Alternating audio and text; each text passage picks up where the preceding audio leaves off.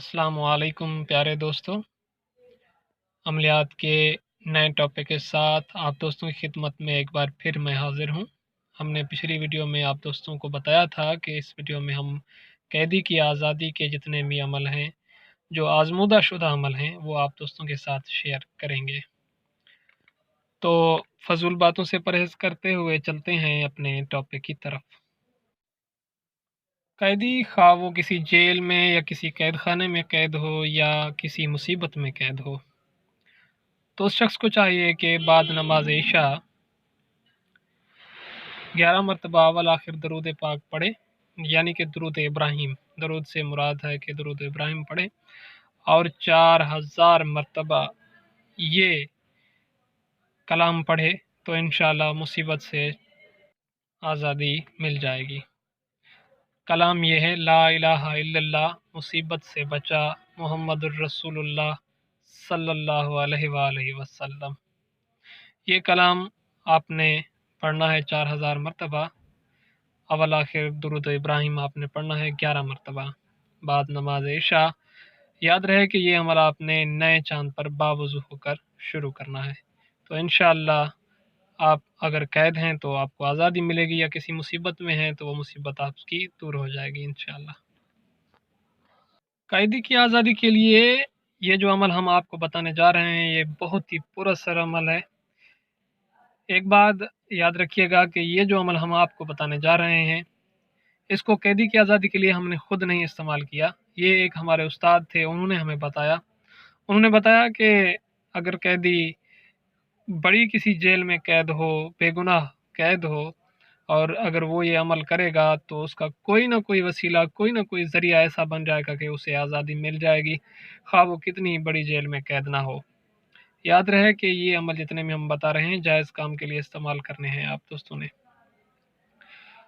تو جو اس استاد نے ہمیں اس عمل کے حوالے سے حقائق بتائے، جو اس نے اپنے مصیبت کے وقت میں اس عمل کو کیا، جس طرح سے اسے آزادی ملی، تو وہ تو کافی لمبی باتیں ہیں۔ اگر میں آپ کو بتاؤں گا تو پتہ نہیں کوئی مانے گا یا نہیں مانے گا، تو وہ باتیں ضروری نہیں کہ میں آپ کو بتاؤں، بس کہتے ہیں کہ سمجھدار کے لیے اشارہ ہی کافی ہوتا ہے۔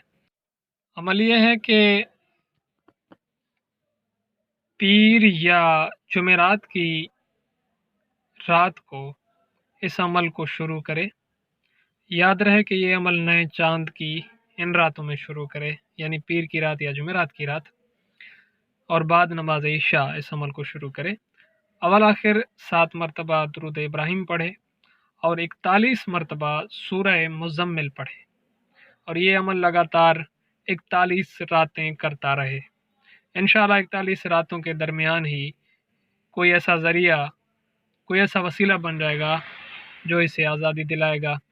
اگر 41 راتوں تک یہ کوئی وسیلہ نہ بنے تو اس عمل کو لگاتار جاری رکھیں، انشاءاللہ کوئی نہ کوئی ایسا وسیلہ اور ذریعہ آپ کو مل جائے گا جو آپ کے لیے آزادی کا باعث بنے گا۔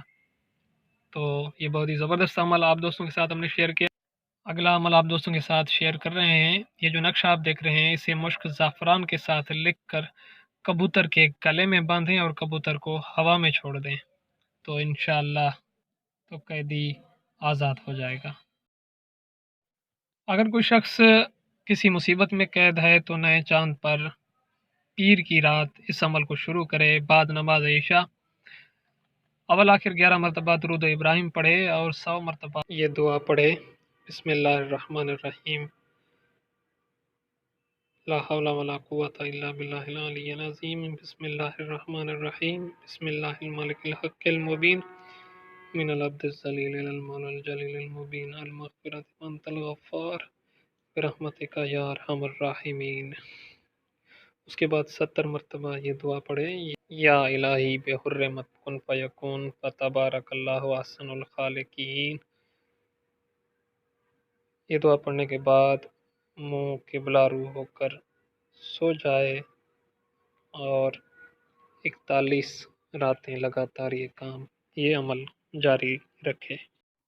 آج کی ٹاپک کا اختتام یہیں کرتے ہیں، اور آنے والی قسط میں ہم آپ کو بتائیں گے کہ اگر آپ کا فیصلہ جج کے پاس ہے اور سزا لگنے کا خطرہ ہے اور آپ بے گناہ ہیں تو یہ عمل کریں تو انشاءاللہ جو آپ کے مخالف ہیں آپ کے حق میں بیان دیں گے، یا وہ بیان پر نہیں آئیں گے یا وہ بیان بدل دیں گے۔